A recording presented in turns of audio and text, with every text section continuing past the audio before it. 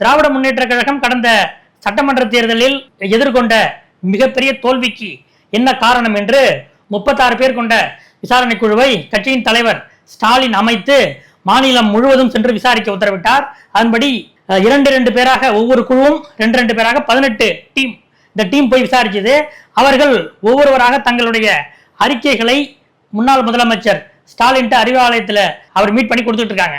ஒவ்வொரு அறிக்கையும் ஆயிரக்கணக்கான பக்கங்கள் கொண்டது. இந்த நிலையில நம்ம ஏற்கனவே சொன்ன மாதிரி இந்த அறிக்கைகளை ஒவ்வொரு வரியாக ஒவ்வொரு பக்கமாக அலசி ஆராய்ந்து அது பற்றிய முழுமையான ரிப்போர்ட்டை ஸ்டாலினிடம் கொடுக்கிற பொறுப்பு முன்னாள் மாநில திட்டக்குழு துணைத் தலைவரான பொருளாதார ஆய்வாளர் ஜெயரஞ்சன் அவர்களிடம் ஒப்படைக்கப்பட்டிருக்கு. இந்த நிலையில ஒவ்வொரு அறிக்கை அவங்க ஸ்டாலின் கொடுக்கும் போதும் அந்த அறிக்கையை பத்தி ஒரு சில விஷயங்களை அவர் நேரடியாகவே கேட்டு அறிந்து கொள்கிறார்.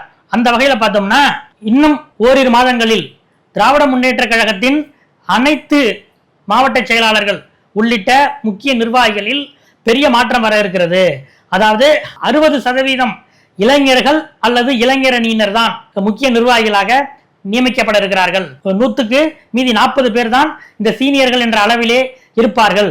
இந்த முடிவுக்கு இஷ்டப்பட்டு இருந்தா இருங்க, இல்லைன்னா கட்சியை விட்டு வெளியே போங்க என்று முக்கியமான சீனியர்களிடம் ஸ்டாலினே நேரடியாக எடுத்து சொல்லிவிட்டார் என்று அறிவாலய வட்டாரத்தில் கூறுகிறார்கள்.